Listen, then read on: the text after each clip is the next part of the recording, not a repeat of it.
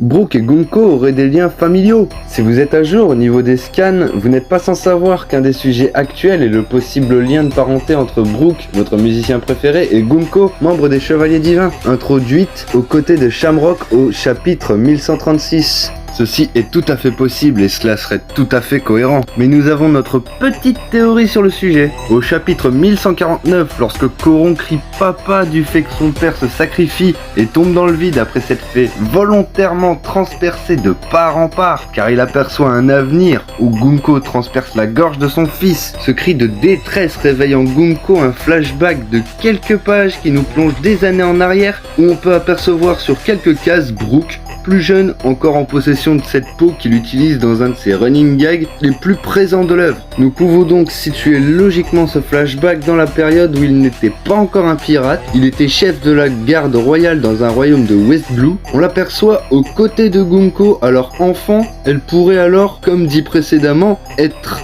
la fille de Brook. Mais durant le retour à la réalité, elle dit les mots « c'est toi Brook » et non pas le mot « père ». Elle pourrait alors être l'engeance du roi auquel Brook aurait prêté allégeance.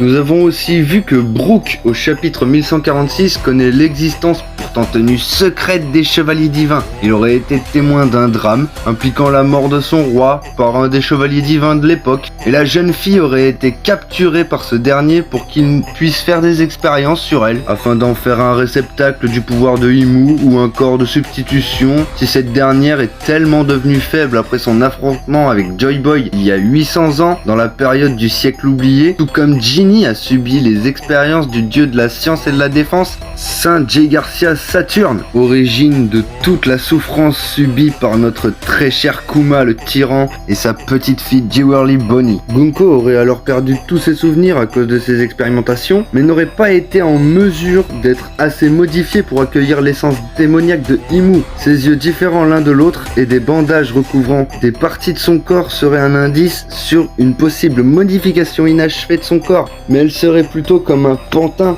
dont Imu pourrait faire usage à tout moment. Dès que Imu prend possession de son corps, les deux yeux sont identiques et la longueur des cheveux semble être différente. Lorsque Gunko veut aller vers Brook, la possession l'empêche d'aller vers lui. Nous pensons que Brook, qui est attaché, pourrait à l'aide de son pouvoir pénétrer l'âme de Gunko et la faire se réveiller en lui faisant se rappeler son enfance. Imu ne pourrait alors plus contrôler ses mouvements et elle serait une alliée des Mugi, les aidant à combattre jusqu'à la fin de l'arc, voire même de l'œuvre.